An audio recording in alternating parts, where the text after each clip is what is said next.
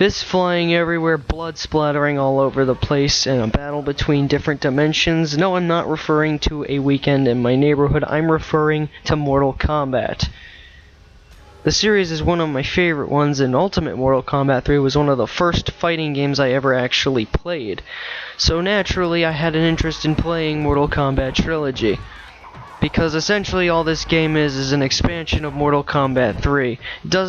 It seems like the same game, just with added features that make it such a nice little fun experience, especially if you're a fan of Mortal Kombat. Like I said before, the game itself just plays like the same as Ultimate Mortal Kombat 3. Nothing really has changed here with the combat. The only major noticeable change is that you have the aggressor meter, which builds up over time while you're fighting, and it increases your fighting power, or offense, I guess you could say, substantially for a very short period of time. It's not terribly useful or useless, it's just kind of there, but it's a nice little feature, I suppose.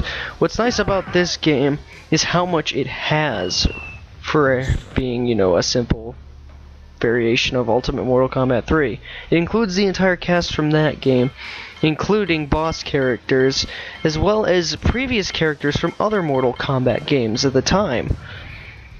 This includes a brand new look for Johnny Cage, as well as other MK characters with their former sprites.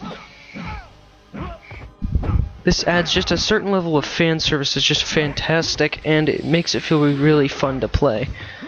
Now, like Ultimate Mortal Kombat 3, this game is incredibly broken and unbalanced if you really go down to the core mechanics and how people have played it.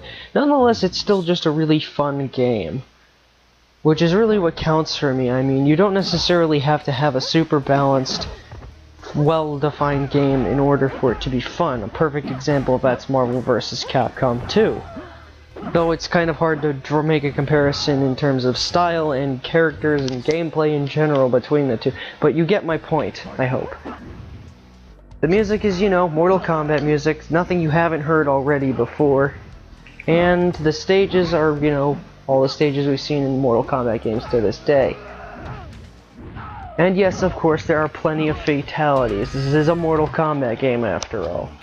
So you'll see plenty of interesting ones, you know, like the traditional ones, the ones you see in MK3, and you know, your all-time favorite fatalities, and even friendships.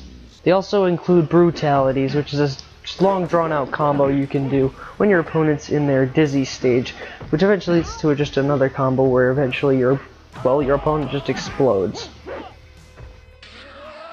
So in short, this is a fun, you know, expanded version of MK3, as I've said 100 fucking times in this review.